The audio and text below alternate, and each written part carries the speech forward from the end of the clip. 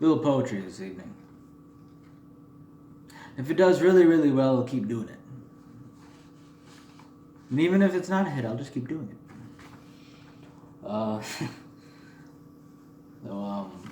This first one it's basically about weirdos. Basically. Like the kind that are,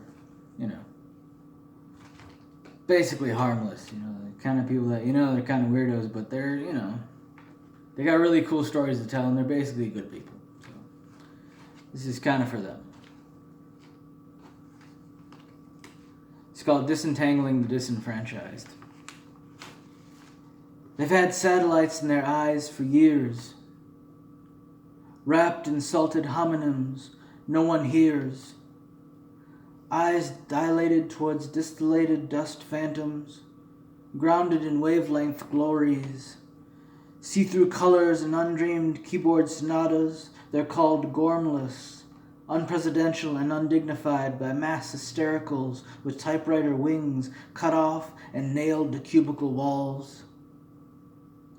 They wake up with poems, fires in the brain, heartfelt nooses covered in black diamonds, pearl-studded staircases with animal scream wind chimes. I have seen their tuniced rainbows that do not show skin. Researching tuneless appendectomies, gauchos of blind faith got quantum mechanics to fine-tune their equilibriums in the formless states. They heard the voices of Frankensteins and eggless birds born of skyless nightscapes. Cut and dried the years of the zodiac, monkey and dragon, and Eeyore too. Beheaded on the boardwalks, blind alleys, and waiting rooms with fingerless conductors' blades. One blue ghost for each hand, and a photo still of a deer's smile in pocket. How they disappeared to rearrange, numberless, nameless, but they persist. In the crack of morning, with a weather eye, new caught in paper bag chrysalis that light seems to ignore.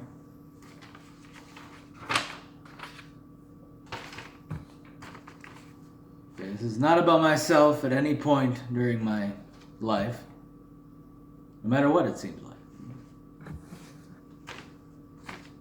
Maybe a little bit. This is called Mapping Inner Territories.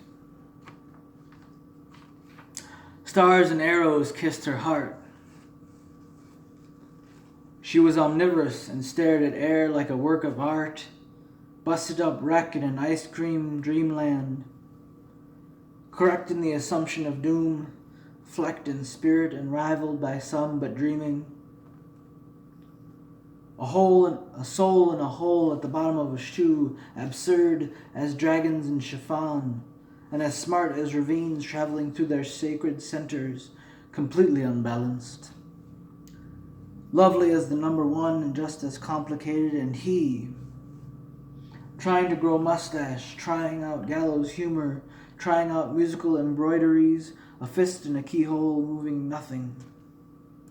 Damaged as an Arctic hare in the wild open and fermented by imaginary letdowns, bad at the algebras of lust and how it relates to sanity.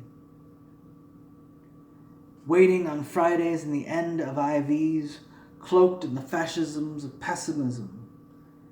Just lurching towards that one clear voice, the one, this is what is, and still missing. Like a kid on a carton of the world milk. That last line was hard to say. I should have written it different. Hey. What are you gonna do? Okay. This one is called In Unknown Telepathies. The last one. I cannot understand these multitudes who beat the blood black and drown in unknown telepathies. But I can still stretch the sky voluminous, one eye shut down, casting astringent appraisals, or upend the villages in other countries with a blink. Perhaps I shall build a defense system of comedies and call it a verdant garden in which to dry out in this spectacular performance of so-called life. I can plug up the whole damn world.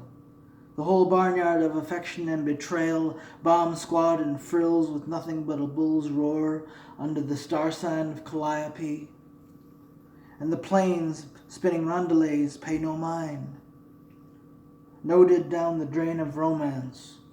One love under a steel wall, one defenestrated carcass of joviality, a principal mass of confusions deep under the bone-fed ground.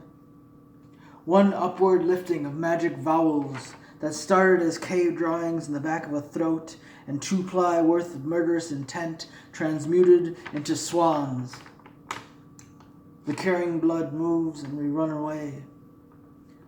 Like infantilized cars, minuscule in our beauteous correlations. There you go.